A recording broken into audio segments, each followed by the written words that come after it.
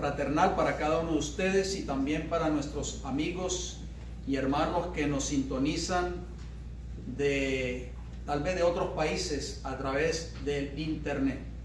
Quiero decirles que muy pronto, con el favor del Señor, esto es uno de mis deseos, que eso se pueda lograr aquí en nuestra iglesia en Tampa, donde nosotros hacemos estas presentaciones, de que podamos algún día muy pronto empezar a transmitir esta señal cada sábado en vivo a través de nuestro canal en YouTube, El Fuerte Clamor. Recuerden, queridos hermanos, de visitar ese canal. Ese es nuestro canal de nuestra iglesia, de nuestro ministerio, El Fuerte Clamor, el predicador de la silueta negra. Recuerden, porque hay muchos ministerios que tienen casi parecido el mismo nombre, pero cuando usted entra a YouTube, usted coloca ahí en la barra de búsqueda El Fuerte Clamor y va a salir, usted va a ver un predicador con la Biblia en la mano, con la mano hacia arriba, una silueta negra. Ese es nuestro canal.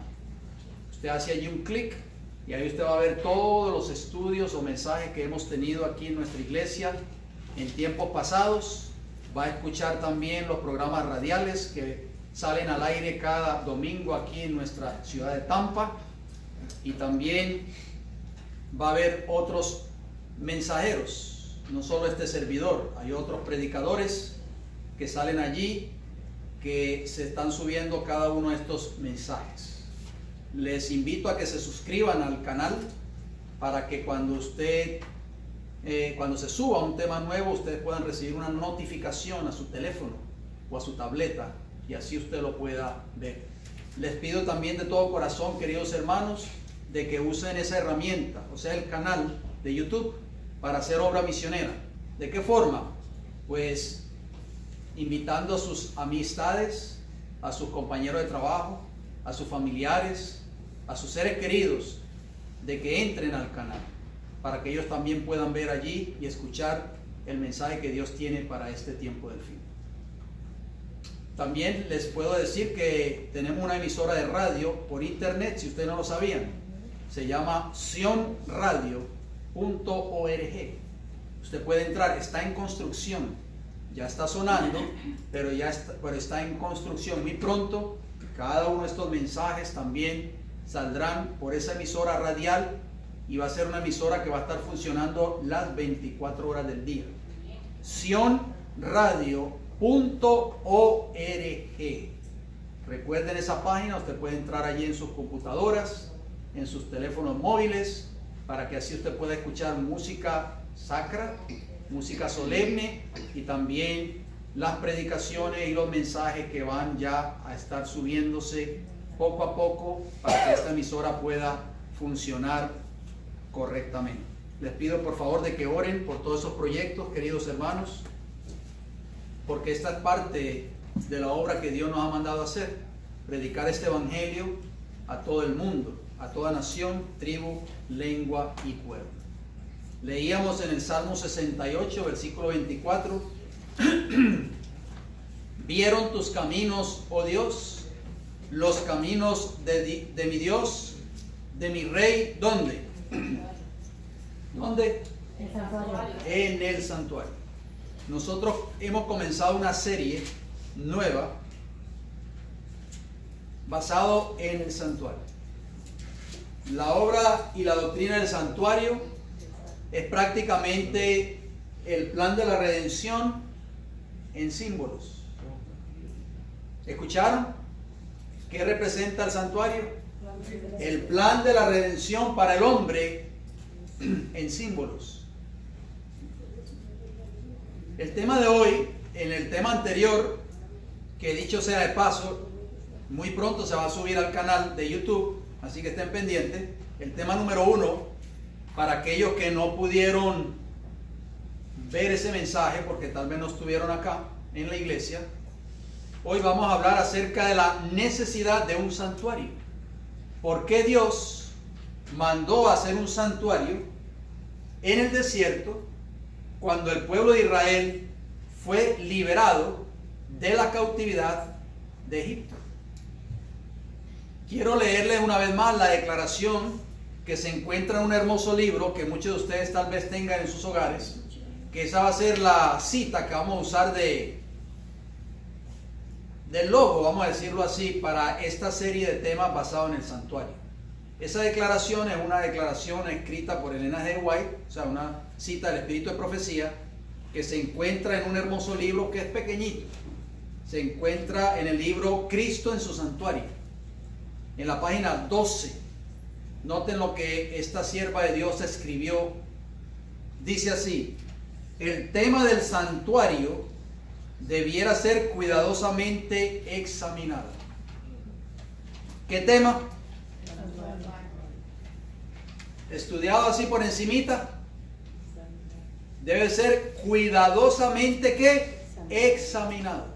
Cuando usted va a un médico, si usted entra, a veces las consultas de los médicos hoy, especialmente los que no tenemos seguro médico, no cuesta muy barato, ¿verdad que no?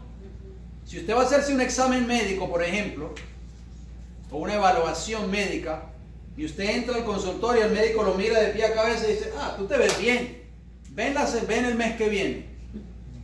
¿Ustedes creen que eso es suficiente? ¿Ah? No. El médico lo examina a usted.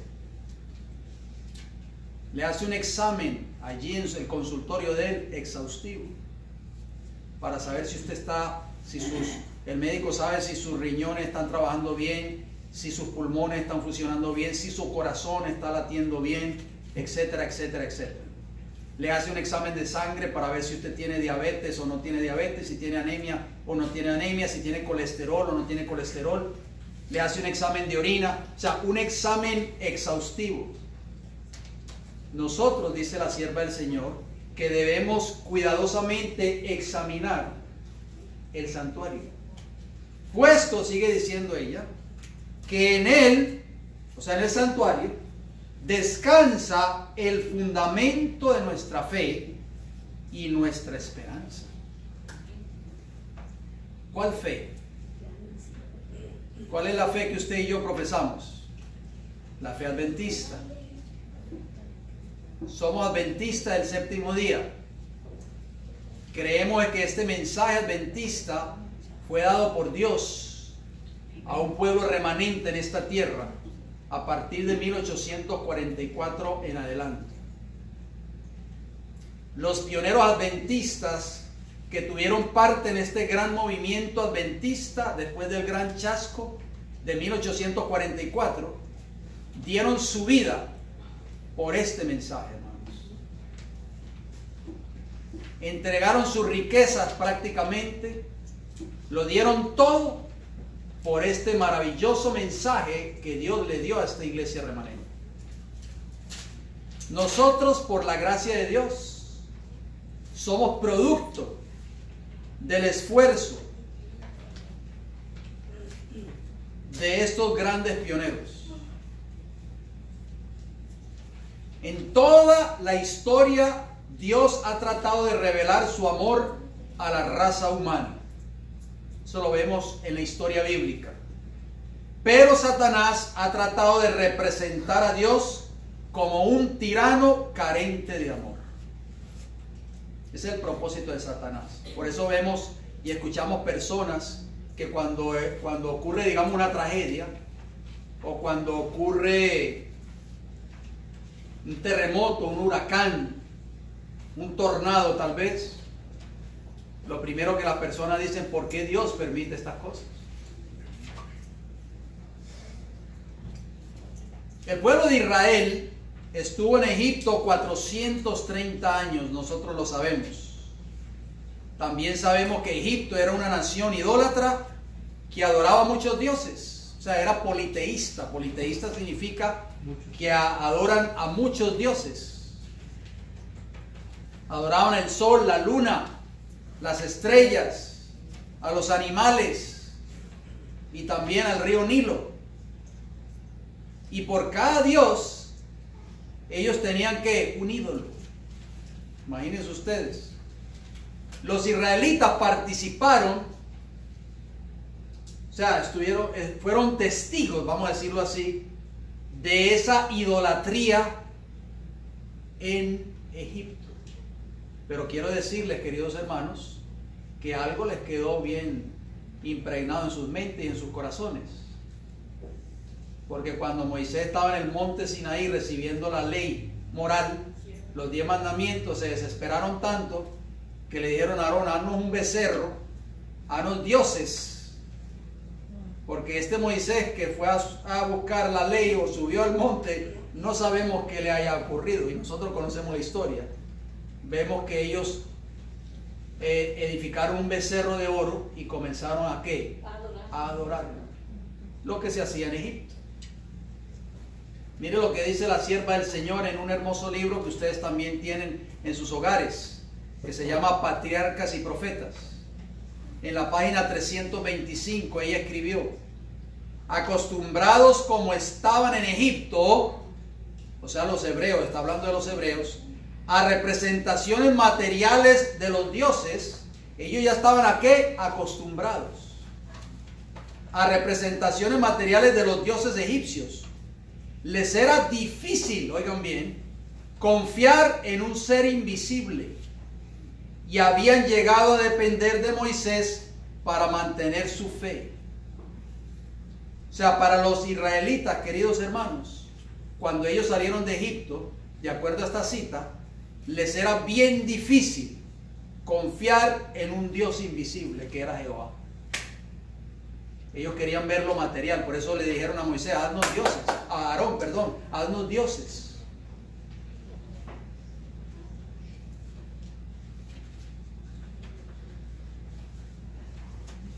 Por eso el santuario o tabernáculo en el desierto era un modelo ¿de qué?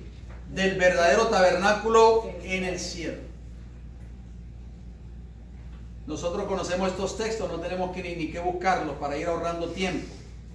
Éxodo 25:40, cuando Moisés tuvo esa visión allí en el monte del santuario, Dios le dice: mira y hazlos conforme al modelo que te ha sido mostrado en el monte. O sea, Dios le muestra el modelo original a Moisés y le dice: mira el modelo y hazlos conforme a ese modelo que te ha sido mostrado.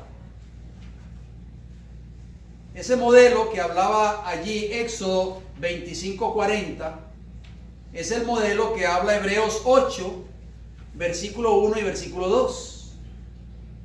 El apóstol Pablo, escribiendo allí, dice: ahora bien, el punto principal de lo que venimos diciendo es que tenemos tal sumo sacerdote, el cual se sentó a la diestra del trono de la majestad en los cielos. Ustedes y yo tenemos un gran sumo sacerdote.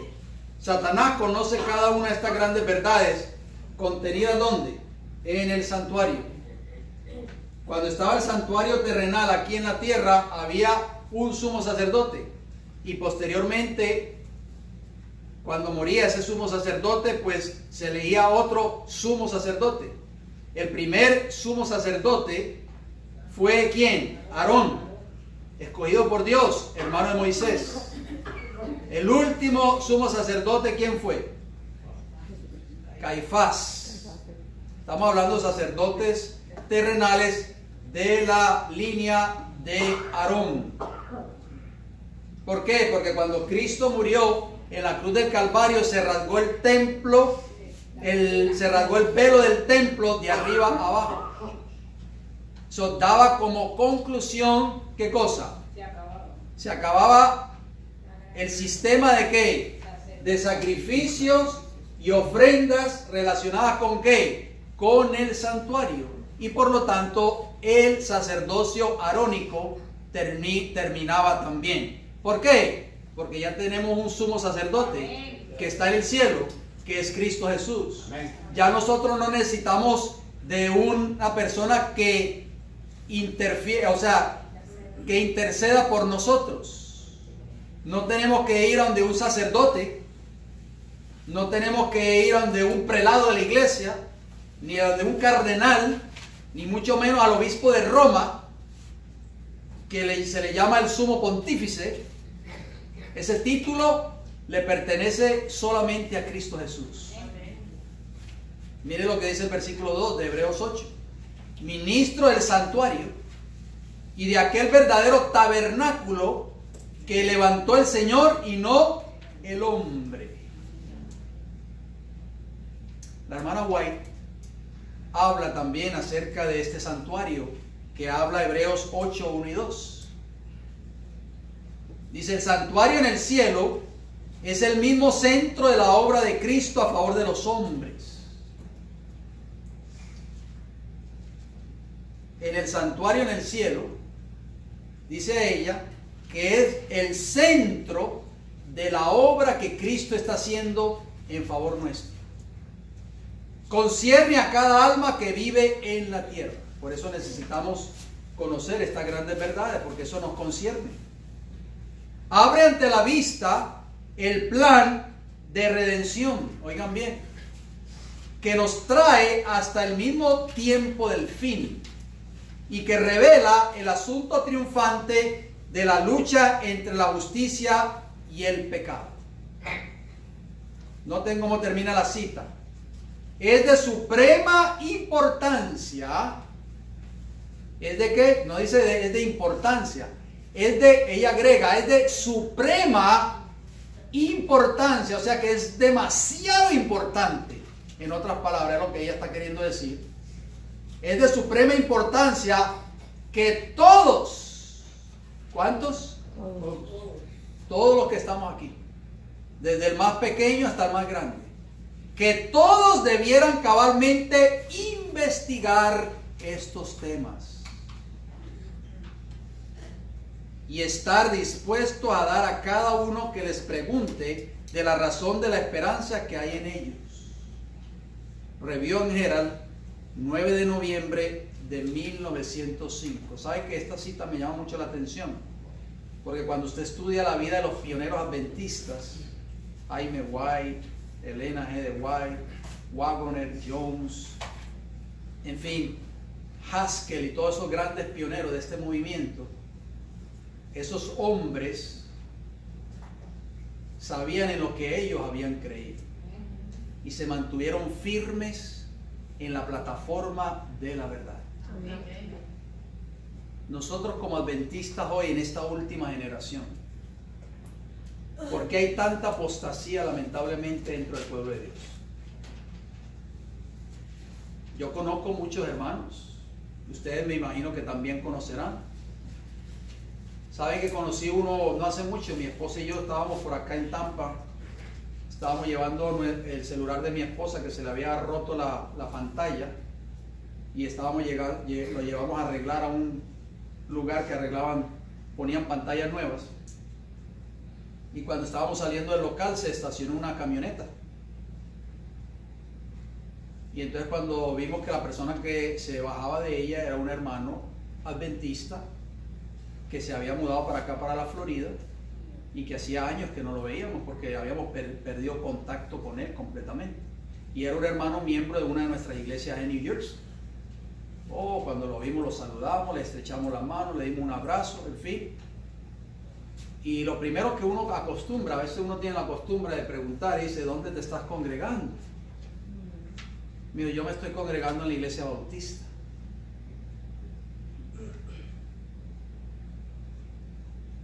Ya no estoy guardando el sábado, estoy guardando el domingo. Un hermano adventista por más de 25 años. Para no entrar en detalles, hermanos, por eso es que es importante que ustedes y yo conozcamos la fe que ustedes y yo profesamos creer.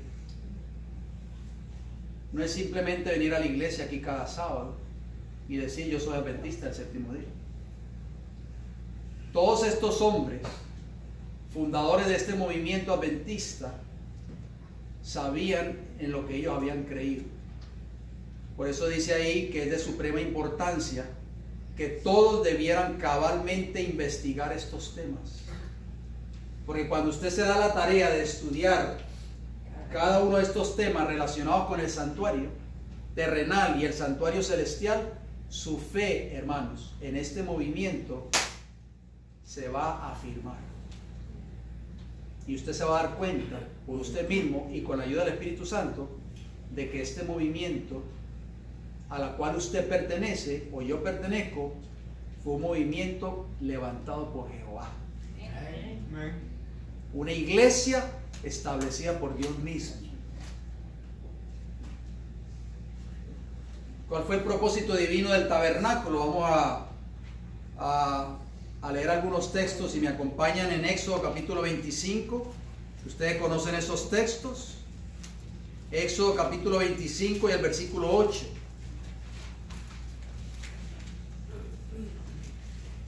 Dice: y harán un santuario para mí y habitaré en medio de ellos.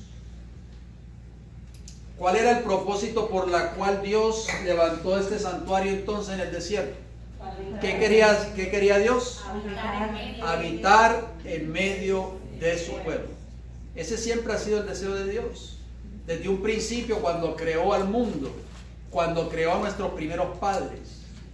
Nosotros leemos en Génesis capítulo 3, cuando Adán y Eva pecaron. ¿Qué leemos allí? Dice que escucharon la voz de Dios y escucharon que Jehová se paseaba por el huerto. O sea, ese fue el propósito divino desde un principio. Jehová siempre ha querido morar con sus criaturas, morar con su pueblo. Esa palabra habitaré en hebreo, que es, dicho sea de paso, es chacán, significa hospedarse, residir o quedarse permanentemente. Mire qué hermoso. También significa habitar, morar o posar. O sea, ¿qué es lo que quiere el Señor en esta mañana? Quiere vivir permanentemente en tu corazón y en mi corazón. Eso es lo que el Señor quiere. Pero la iglesia de la Odisea no quiere que Jehová o que Cristo more en su corazón. Y usted se pregunta, ¿y usted cómo sabe? Bueno, léase Apocalipsis 3:20. He aquí yo estoy a la puerta y ¿qué? ¿Dónde está Cristo? ¿Adentro o fuera? Fuera. Tocando la puerta, apelando a su corazón y al mío para poder entrar. Dice: si alguno oyere mi voz y abriere la puerta, entraré a él y cenaré con él y él conmigo. Ustedes saben que hoy en este tiempo se ha perdido mucho la costumbre de cenar en familia, bien sea porque el esposo está trabajando o la esposa está trabajando o los niños están haciendo otras cosas. Pero cuando usted se reúne en familia y cena en familia, pues ese momento es un momento ¿de qué? ¿De qué, hermanos? De comunión, de confraternidad entre la familia.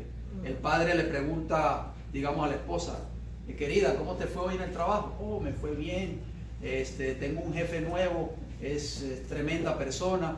Y el papá le pregunta a los niños: ¿y cómo les fue, muchachos, niños? ¿Cómo les fue hoy en la escuela a usted? Oh, papi, me saqué un 100 en el examen. Oh, qué maravilloso. O sea, es un momento ¿de qué? De comunión. Eso es lo que quiere hacer Cristo en nuestras vidas si lo dejamos entrar a nuestros corazones. No permitamos que nuestros corazones sigan vacíos. No dejemos que Cristo siga fuera de nuestros corazones. Abrámosle la puerta a Jesús para que Él forme parte de nosotros. Porque ese ha sido el deseo de Dios. Noten lo que dice el libro de Éxodo, allí mismo. El capítulo 29, el versículo 45 y 46 dice: y habitaré entre los hijos de Israel, la misma palabra, chacán, y seré su Dios. Eso es lo que quiere Cristo de nosotros hoy. Versículo 46 de Éxodo 29. Y conocerán que yo soy Jehová su Dios, que los saqué de la tierra de Egipto para habitar en medio de ellos, yo Jehová su Dios. ¿Usted le daría entrada a su hogar a un desconocido que pase por la puerta de su casa? ¿Sí o no? ¿Por qué? Porque no lo conocemos, no sabemos quién sea esa persona. No estamos diciendo que pueda ser mala gente.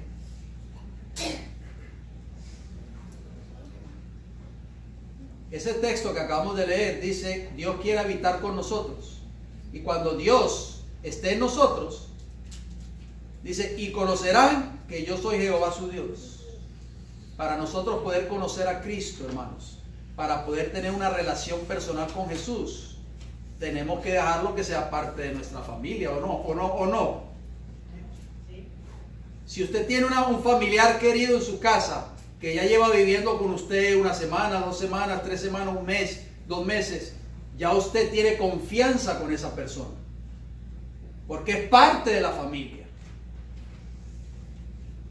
Cristo, hermanos, quiere entrar a nuestros corazones, y si nosotros lo dejamos entrar y dejamos que Él sea parte de nuestras vidas, nosotros vamos a aprender a conocerlo a Él. Amén.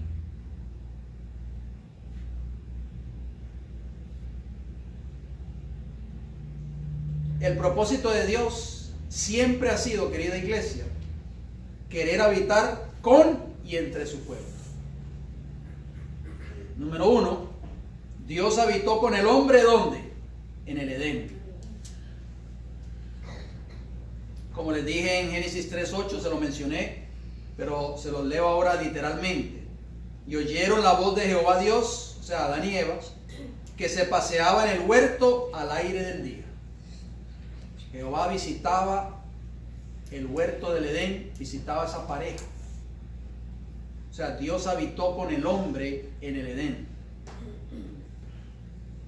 Miren lo que dice la mensajera del Señor, hablando de esa relación que tenían nuestros primeros padres con Dios antes de que entrara el pecado. Dice, la santa pareja eran no solo hijos bajo el cuidado paternal de Dios, sino también estudiantes que recibían instrucción del omnisciente Creador. Qué lindo. Eran estudiantes. Qué hermoso haber sido eso, hermanos.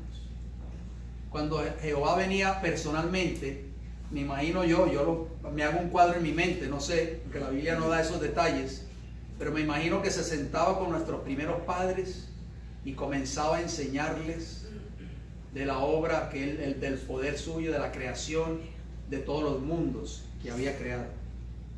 Sigue diciendo esta cita, noten cómo dice, eran visitados por los ángeles y se gozaban en la comunión directa con su Creador, sin ningún velo obscurecedor de por medio. Esto fue antes de que entrara el pecado. No solamente venía Jehová personalmente a visitar a Adán y Eva, sino que también venían los ángeles. Ustedes saben, hermano, estar conversando cara a cara, así como estamos conversando ustedes y yo en este momento con el Creador de los cielos y de la tierra. Amén. Estar conversando cara a cara con los ángeles. Ustedes saben que esa va a ser la experiencia nuestra cuando lleguemos a la Canaán celestial. Amén. Maravilloso. Esta cita está en Patriarcas y Profetas, la página 32, si quieren leer. Número 2, Dios caminó con Enoc y Noé. Nosotros sabemos, lo hemos estudiado en temas anteriores. Caminó pues Enoc con Dios y desapareció porque le llevó Dios. Génesis 5:24. Y también hablando de Noé, dice Noé, varón justo, era perfecto en sus generaciones, con Dios caminó Noé. Génesis capítulo 6, versículo 9. Número 3, Dios también se apareció a Abraham. Dice la palabra de Dios, era Abraham de 99 años cuando le apareció Jehová y le dijo, yo soy el Dios Todopoderoso, anda delante de mí y sé perfecto. Génesis capítulo 17 y el versículo 1. O sea, Dios siempre ha querido relacionarse con la familia humana, aún después del pecado, queridos hermanos. Y eso fue exactamente lo que hizo el plan de la redención, a través del Cordero inmolado que es Cristo Jesús. Amén. Cristo Jesús nuevamente, a través de su Santo Espíritu, vuelve a morar en nosotros, en nuestros cuerpos, en nuestras vidas, en nuestras mentes. ¿Por qué? Porque dice Pablo que nosotros somos ¿qué? Templo del Espíritu Santo. Amén. Número 4, Dios habitaría con el hombre en el tabernáculo. Ahí lo vemos. La gloria de Dios se manifestaba allí.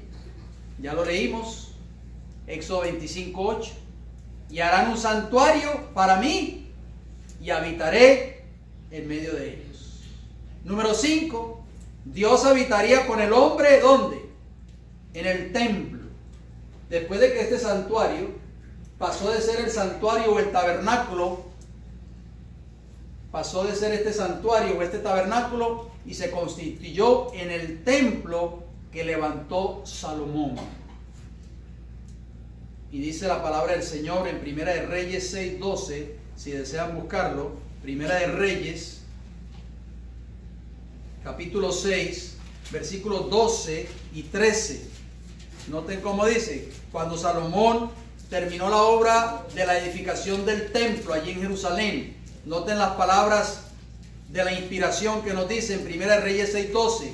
Con relación a esta casa que tú edificas, le está hablando Dios a Salomón: si anduvieses en mis estatutos e hicieses mis decretos y guardares todos mis mandamientos, andando en ellos, yo cumpliré contigo mi palabra que hablé a David tu padre.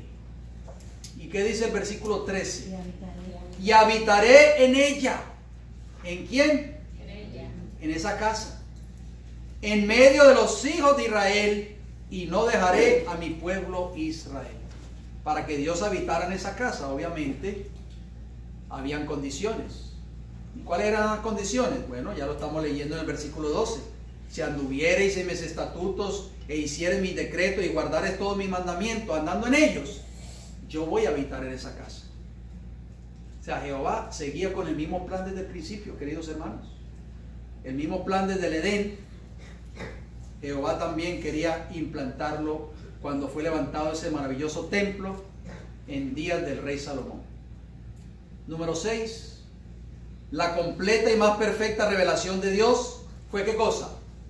La revelación de Cristo.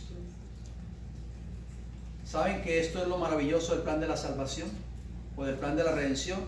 Que el mismo Dios, creador de los cielos y de la tierra, que se llama Cristo Jesús, vino y tomó nuestra naturaleza y vino a morar con los hombres personalmente aquí en esta tierra. Vayamos a Juan capítulo 1 versículo 14, porque ese ha sido siempre el plan de Dios. Juan 1:14, noten lo que dice la palabra del Señor. Veamos el lenguaje bíblico, el mismo lenguaje del tabernáculo. Y aquel verbo, ¿quién era el verbo? ¿Quién era el verbo? Jesús. Jesús. El verbo significa la palabra, porque por la palabra el mundo fue creado. Y aquel verbo fue hecho carne y habitó, ahí está la palabra habitar, y habitaré en medio de ellos. Y habitó entre nosotros y vimos su gloria, gloria como del unigénito del Padre, lleno de gracia y de verdad. Qué lindo, hermanos. Qué privilegio tuvieron aquellos hombres y mujeres que, aunque tristemente no lo reconocieron como tal, la mayoría de ellos, pero tuvieron el privilegio de ver al Rey del universo, al Creador de los cielos y de la tierra, al que le dio la visión a Moisés del tabernáculo allá en el monte, al que se manifestaba en la nube, al que se manifestaba en la noche en el torbellino de fuego, cuando el pueblo de Israel transitaba en su jornada por el desierto. Ese era Jehová de los ejércitos. Cristo mismo vino en persona y dijo: yo soy el gran yo soy. Número 7. Cristo representaba el tabernáculo y el templo, si usted no lo sabía. Mateo capítulo 12 y el versículo 6, miren las palabras de Jesús. Mateo capítulo 12 y el versículo 6, Jesús dijo estas palabras: pues os digo que uno, ese uno, ¿quién era? Jesús. Uno mayor que el templo está aquí. Los judíos no entendieron esas palabras, por supuesto. Jesús agregó también, dijo: destruid este templo y en 3 días lo volveré a reedificar. Ellos creían que Jesús estaba hablando del templo. En los días de Jesús ya era el templo de Herodes, o conocido como el templo de Herodes. Uno mayor que el templo está aquí. ¿Por qué? Porque cada uno de estos servicios que se hacían en el tabernáculo y que posteriormente se llevaban a cabo en el templo levantado por Salomón, representaban ¿a quién? A Cristo Jesús. Número 8. Dios mismo estaba en Cristo, queridos hermanos. Miren qué hermoso esto. Segunda de Corintios capítulo 5 y el versículo 19. Noten lo que dice Pablo en ese hermoso versículo. Segunda de Corintios 5, versículo 19. Dice que Dios estaba en Cristo. ¿Quién estaba en Cristo? Dios. ¿Y quién desea estar en nuestros corazones? Jesús. Dios estaba en Cristo reconciliando consigo al mundo, no tomándoles en cuenta a los hombres sus pecados. Dios siempre ha querido morar en los corazones de sus hijos, de sus criaturas. Moraba en Cristo Jesús. Por eso es que Cristo hacía las obras de su Padre. Y Cristo Jesús quiere morar hoy en tu vida y en mi vida. Número 9. Cristo, antes de irse al cielo, prometió que enviaría a su representante. ¿A quién? ¿Y quién es el representante de Cristo en esta tierra? Pero muchos dicen por ahí que es el obispo de Roma. Vamos a ver qué nos dice la palabra de Dios. Juan capítulo 14. Noten lo que dice. O sea, el plan original de Dios no ha cambiado, hermanos. A pesar de que Cristo se va al cielo, Él envía a su representante. Noten lo que dice Juan 14, 16 hasta el 18. Y yo rogaré al Padre, dijo Jesús, y os dará otro consolador, para que esté con vosotros, ¿por cuánto tiempo? Siempre. Para siempre. Esté con vosotros. Versículo 17. ¿Quién era ese consolador? El Espíritu de verdad, al cual el mundo no puede recibir. ¿Por qué no puede recibir el mundo? Porque no todas las personas van a aceptar a Cristo como su Salvador personal. Porque no le ve ni le conoce. Pero vosotros le conocéis, porque dice ahí que mora con vosotros y estará en vosotros. No os dejaré huérfanos, vendré a vosotros. Por eso nuestras vidas deben de pasar de ser vidas deprimidas, tristes y abatidas, a vidas felices. Porque el Espíritu de Dios está morando ¿dónde? En tu corazón y en mi corazón. O sea, Dios mismo, a través de su Santo Espíritu, está morando contigo y conmigo cada día. Entonces, ¿por qué sentirnos desanimados? ¿Por qué sentirnos tristes? ¿Por qué abatirnos cuando viene una prueba? Se nos viene el mundo encima y creemos que todo está perdido. Querida iglesia, necesitamos entender, por eso es que es importante entender esta verdad del santuario. La verdad principal del santuario es que Dios quiere morar con su pueblo hoy. Quiso morar con él desde el principio, quiso morar con él en la época del santuario, en el desierto, quiso morar con su pueblo en los días de Salomón, vino a morar con los hombres en persona y quiere seguir morando en tu vida y en mi vida a través de su representante, el Consolador, que es el Espíritu Santo. Y si Cristo está con nosotros, si el Creador de los cielos y de la tierra, el Dios Todopoderoso y Eterno, está morando con nosotros, ¿por qué sentir temor? ¿Por qué sentirnos tristes? ¿Por qué sentirnos abatidos? ¿Por qué sentirnos desanimados? ¿Por qué tomar pastillas para la depresión o para la ansiedad? Necesitamos dejar que Cristo entre en nuestras vidas. Amén. Y si Cristo entra en nuestras vidas, Cristo va a cambiar completamente nuestra vida. Por eso dice el texto que leíamos de Apocalipsis 3:20: entraré, cenaré con Él y Él conmigo. O sea, vamos a tener una comunión íntima, Él y yo, o ella y yo. Número 10, Dios desea ahora habitar en nosotros por medio de ¿quién? De su Espíritu Santo en este templo. Vamos a 1 Corintios 3. Noten cómo dice el apóstol Pablo. Estos textos los usamos solamente cuando hablamos de salud, la gran mayoría de las veces, pero no solamente se aplican a la salud. 1 Corintios 3, 16 y 17 nos dice: ¿no sabéis que sois templo de Dios y que el Espíritu de Dios mora? Ahí está la palabra morar, habitar. ¿Mora en vosotros? ¿Quién habita en nosotros? El Espíritu Santo.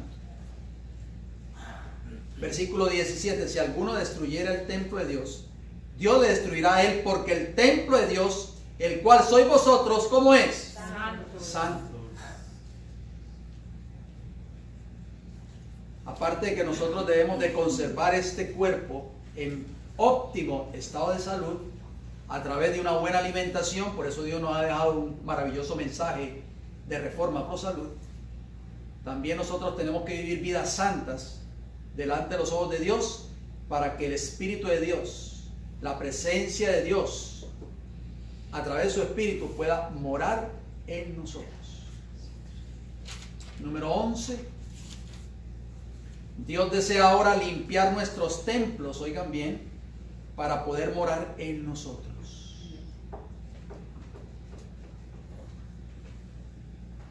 Mateo 21, acompáñenme. Mateo 21, Cristo hizo un acto que todos nosotros conocemos, que purificó el templo. ¿Recuerdan en Jerusalén? ¿Cómo se había convertido ese templo de Jerusalén?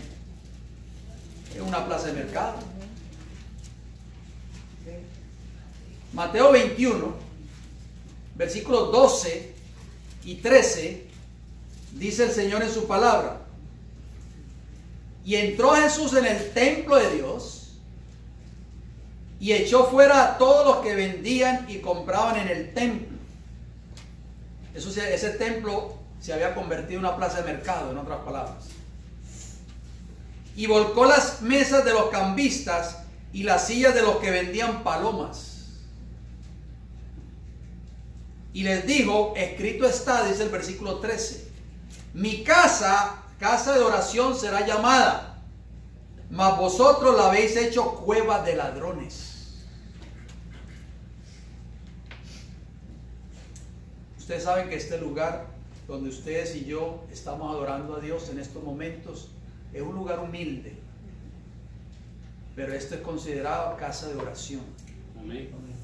Cuando nosotros venimos aquí, querida iglesia, cada vez que nos reunimos para adorar a Dios, sea en sábado o sea cualquier otro día de la semana, venimos delante de la presencia de Dios.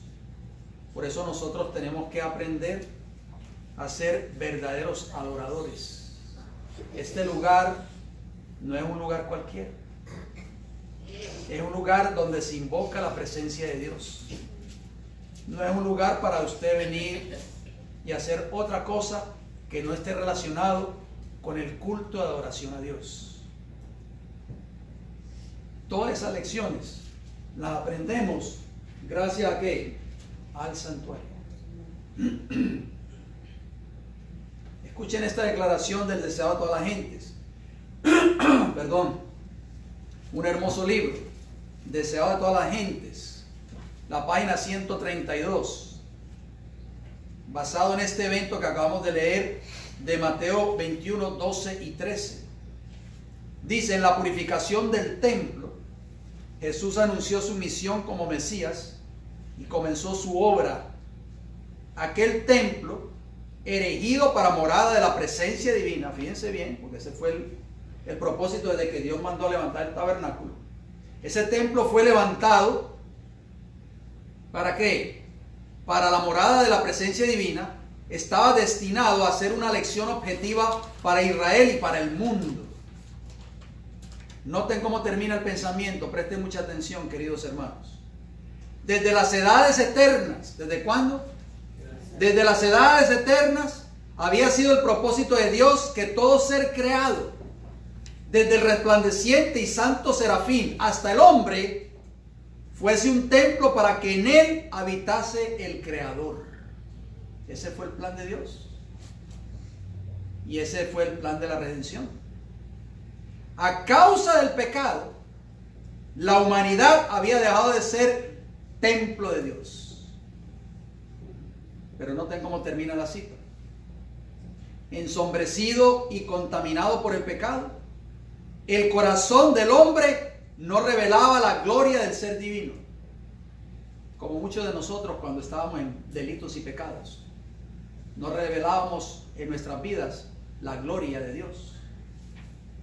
Pero, oigan bien, pero por la encarnación del Hijo de Dios se cumple el propósito del cielo. Dios mora en la humanidad y mediante la gracia salvadora el corazón del hombre vuelve a ser su templo. Alabado sea el Señor. Amén. Voy terminando con algunos pensamientos. Vamos a seguir abundando en cuanto a esta importantísima serie de enseñanza del santuario, si Dios nos da la vida. Pero lo más maravilloso de todo esto, de este mensaje de hoy, es que el Padre, el Hijo y el Espíritu Santo, o sea, la deidad, desean habitar en su iglesia hoy. Esto es maravilloso. El texto que nosotros también leemos muy a menudo cuando venimos a la iglesia y solamente hay 2 o 3 hermanos presentes en el culto. ¿Cuál es el texto que leemos? Mateo 18:20. Porque donde están 2 o 3 congregados en mi nombre, allí estoy yo en medio de ellos. La misma lección del Éxodo, del santuario terrenal. Y habitaré en medio de ¿qué? De ellos.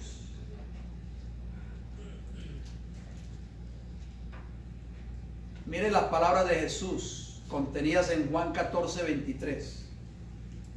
Respondió Jesús y le dijo: el que me ama, mi palabra guardará, y mi Padre le amará, y vendremos a él y haremos morada con él. Qué lindo. ¿Queremos que Cristo more en nuestros corazones? Amén. Esa palabra morada significa quedarse en un lugar permanentemente, o residencia, o vivir, de acuerdo al diccionario griego. Esa palabra en griego, moné. O sea que Cristo en esta mañana, querido hermano y hermana que me escuchas, nuestros amigos y hermanos que nos ven a través de este mensaje por las vías de internet, Cristo Jesús quiere morar. No solo Jesús, el Padre también quiere morar en tu vida y en mi vida. ¿Para qué Dios quiere morar en nosotros? Dios quiere morar en nosotros para hacer un cambio en nuestras vidas. ¿Sabías tú eso? Amén. Dios quiere cambiar tu vida y quiere cambiar mi vida. Vayamos a Efesios capítulo 2. Efesios 2, versículo 20. Miren qué hermosa palabra del apóstol Pablo. A veces tendemos a pasar por alto estos textos cuando leemos la Biblia y no nos detenemos tal vez a pensar en ellos. Dios, la deidad, el Padre, el Hijo y el Espíritu Santo quiere morar en tu vida, quiere morar en mi vida, porque desea hacer un cambio en nosotros. Si se lo permitimos, por supuesto. Él no va a hacer nada si nosotros no se lo permitimos. Efesios 2, 20 y 21 dice: edificados sobre el fundamento de los apóstoles y profetas, siendo la principal piedra del ángulo Jesucristo mismo. O ¿Sobre qué debe estar edificada nuestra fe? ¿Sobre quién? Sobre Cristo Jesús, que es la roca. Amén. Versículo 21, noten cómo dice, de Efesios 2, en quien todo el edificio bien coordinado va creciendo para hacer ¿qué cosa? ¿Un qué? ¿Un templo solamente? Un templo santo en el Señor. Por eso es que Dios desea morar en tu vida, desea morar en mi vida, para que podamos ser templos santos. ¿Para quién? Para Dios.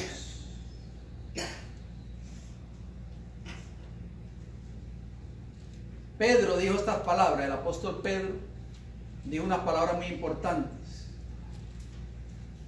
Como hijos obedientes, dijo Pedro, no os conforméis a los deseos que antes teníais estando en vuestra ignorancia. O sea, nosotros antes no conocíamos el Evangelio y cometíamos pecados en nuestra ignorancia, y Pedro nos está diciendo ya no podemos seguir viviendo de esa manera. Noten cómo dice el apóstol, sino como aquel que os llamó es santo, sed también vosotros santos en toda vuestra manera de vivir. Primera de Pedro 1, 14 y 15. ¿Qué decía Pablo en Efesios 2, 21? Que ese templo, ese edificio bien coordinado va creciendo para ser un templo santo en el Señor. Y Pedro nos recalca nuevamente y nos dice, sed también vosotros santos en algunas cosas. No, dice en toda vuestra manera de vivir. Todo lo que nosotros hacemos, querida iglesia, por muy insignificante que parezca, debe ir impregnado con el espíritu de santidad. Amén.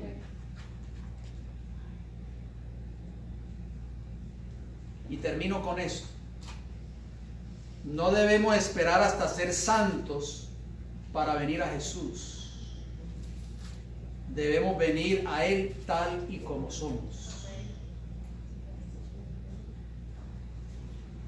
Ven a Jesús hoy, querido hermano y hermana, tal y como eres, lleno o llena de defectos, de pecados, de inmundicia, así como el hijo pródigo. El hijo pródigo, cuando llegó a la casa de su padre, venía bañadito, cambiadito, con un traje nuevo, bien peinadito, bien perfumadito. No. ¿Sí o no? No. ¿Cómo venía?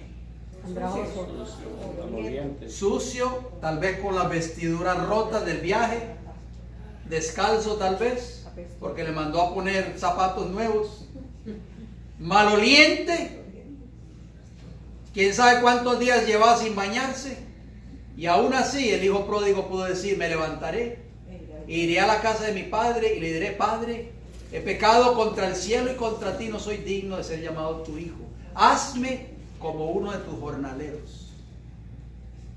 Así quiere Jesús hoy que vengas a Él, contaminado por el pecado. No esperes ser santo o santa para venir a Jesús.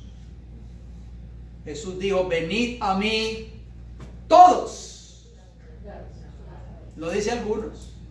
Todos los que estáis trabajados y cargados de pecados y contaminados por el pecado, y yo os haré descansar.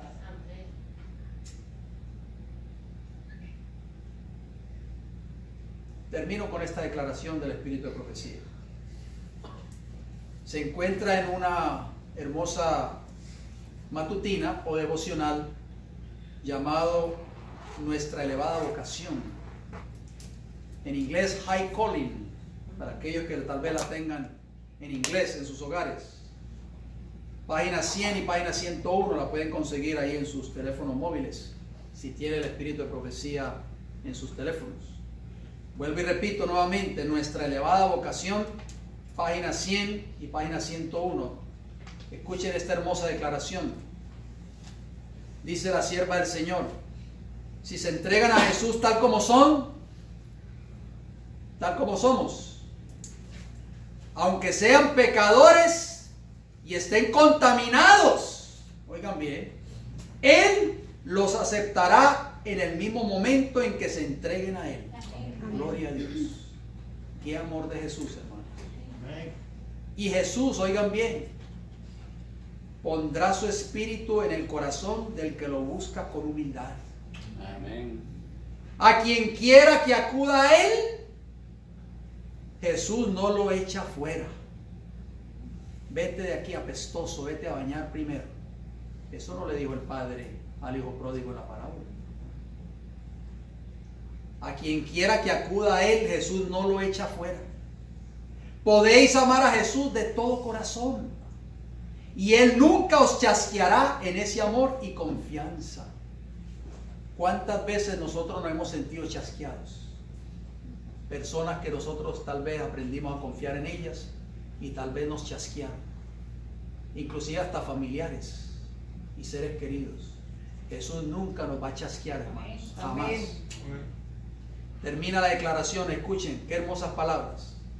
Sus palabras, o sea, las palabras de Jesús, sus palabras son vida, consuelo y esperanza. Satanás sabe que todo lo que tenéis que hacer es mirar a Jesús. Él lo sabe. El Salvador que ha sido levantado. Satanás sabe que si tan solo nosotros mirásemos a Jesús, dice, el alma herida, magullada y golpeada, encontrará en Jesús un bálsamo para sus llagas. Amén. Gloria al Señor. Amén. Y Satanás no quiere eso, porque Satanás sabe que en Jesús hay bálsamo. Satanás sabe, querida iglesia, que en Jesús hay perdón. Satanás sabe que en Jesús hay redención. Satanás sabe que en Cristo hay liberación del pecado. Satanás quiere que nosotros sigamos siendo esclavos o esclavas del pecado. Por eso Él no quiere que dejemos entrar a Jesús en nuestros corazones. ¿Has venido tú o has venido o he venido yo? Esto es una pregunta para meditar, no es para que me la conteste.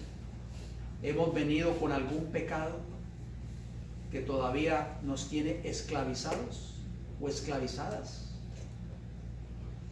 Entrégaselo a Jesús hoy. No salgas de este recinto, querido hermano o hermana, sin antes entregarle ese pecado a Jesús. Cristo te puede dar la victoria absoluta sobre ese pecado. Cristo te puede liberar. Jesús dijo, y si el Hijo os libertare, seréis verdaderamente libres. Seguiremos estudiando poco a poco esta hermosa doctrina del santuario. Recuerda, querido hermana y hermano, aquí presente, que Cristo quiere entrar en tu vida. Cristo quiere morar en tu corazón. Si Cristo mora en mi corazón, si Cristo mora en tu corazón, en la iglesia va a haber armonía. Y en el hogar también habrá armonía. ¿Lo dejaremos entrar? Amén. Vayamos de rodillas, por favor.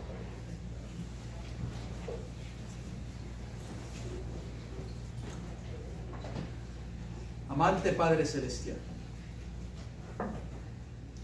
en esta hora, Señor, queremos darle gracias por el plan de la redención en Cristo Jesús.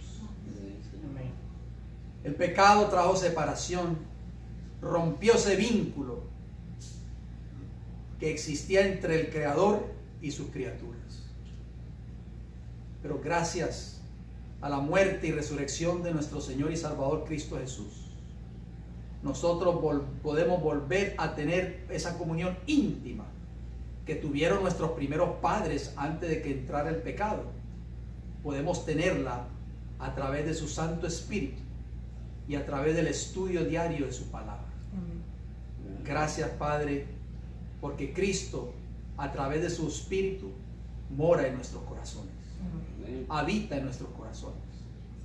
Padre, en esta mañana o en esta hora, si alguno de nosotros tiene un pecado, tal vez escondido o tal vez no confesado, queremos confesarlo en estos momentos, Padre Celestial.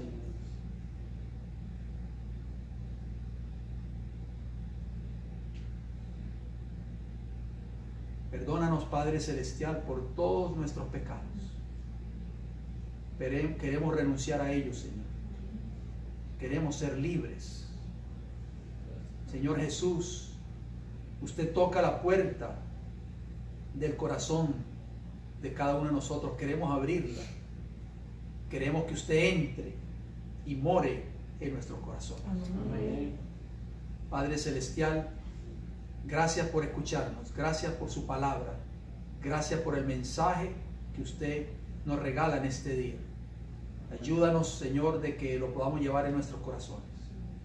Lo rogamos y lo pedimos y le damos las gracias en el bendito nombre de Cristo Jesús. Amén. Bendiciones para cada uno de ustedes. Amén.